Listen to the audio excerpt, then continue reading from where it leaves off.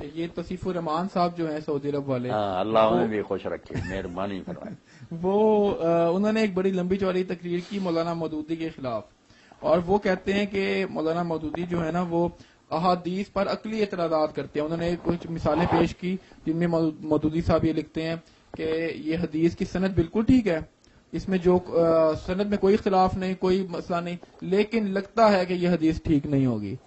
تو اس کا آپ کیونکہ مودودی صاحب کے بڑے فین ہیں، مودودی صاحب کا میں مدعا ہوں، توصیف الرحمان صاحب کے سب دین کے خادموں کا میں خادم، مگر یہ سمجھنا چاہیے کہ یہ پہلے بھی بڑے بڑے علماء جو ہے نا لکھ کے آئے کہ اگر کوئی حدیث جو ہے نا قرآن سے ٹکراتی ہو یا عقل عامہ کے خلاف ہو یا وہ ایسے مشاہدے کے خلاف ہو تو باطل ہی باطل ہے، اس کی سند کو کیا دیکھیں. ایک سند ہے نا اس روایت کی، اس پر ابن قیم لکھتے ہیں کہ اگر آسمان کے سورج جیسی بھی ہوتی کہ جس نے عشق کیا مگر پاک دامن رہا اور مرا اسی عالم میں تو شہید ہے. اب کچھ لوگ اس کو بھی کہتے ہیں صحیح، مگر وہ ابن قیم کہتے ہیں یار یہ آسمان کے سورج جیسا بھی ہوتی سند تو ماننے کی بات ہے کہ حضور عشق کی باتیں کہتے ہیں، آپ کی زبان سے تو عشق کبھی نکلا ہی نہیں، انہوں نے ڈانٹ کی. تو یہ کوئی عجیب بات نہیں کہ ایک بات جو بالکل شان نبوت کے خلاف نظر آئے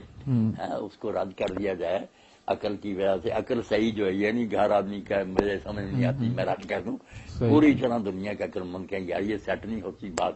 تو پھر ماننا ہی پڑے گا کہ نبی علیہ السلام ایسی بات نہیں کہہ سکتے. اچھا ایک حدیث یہ بھی ہے، سند تو یہ ہے نا کہ راوی ٹھیک ہے مگر راویوں کو غلط فہمی نہیں ہو سکتی.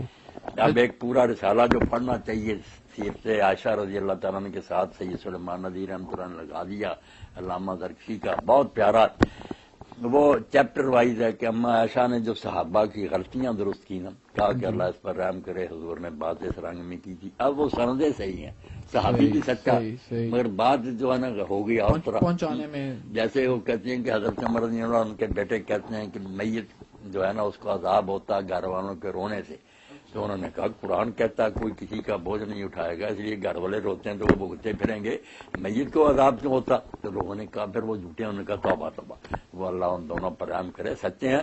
بات یہ تھی کہ یہودیہ عورت مر گئی تھی، اس کو اپنے امنوں کی وجہ سے عذاب ہو رہا تھا، یہ ادھر رو رہے تھے، تو حضور نے کہا یہ ادھر رو رہے ہیں اپنی مصیبت کو پھنسے ہوئے ہیں، وہ ادھر عذاب اس کو ہو رہا. یہ نہیں کہا تھا کہ ان کے رونے سے عذاب ہو رہا، یہ جو علت بنا لیا یہ ان کا کام ہے، یہ غلطی. ایسی بہت حدیثیں ہیں، وہ پورا رسالہ پڑھنے والا جو استدراک کی اما عائشہ نے، تو سند صحیح ہونے سے یہ ضمانت نہیں ملتی کہ آدمی کو غلط فہمی نہیں ہوگی، یہ بات ادھر ادھر نہیں ہوگی، سچے سے سچے آدمی کو بھی مغالطہ لگ جاتا. حضرت صلی اللہ علیہ وسلم کی ایک یہ حدیث ہے نا کہ میں نے یہ پڑھا تھا، مجھے ورڈنگ اس کی یاد نہیں، کچھ مفہوم اس کا ایسا تھا کہ چھوت کی سے کوئی بیماری نہیں لگتی. تو یہ حدیث سناتے تھے نا کہ لا ادوا، یہ متعدد بیماریاں کوئی چیز، تو یہ ہم دیکھتے ہیں آج کل ہوتی تو ہیں ایسی بیماریاں.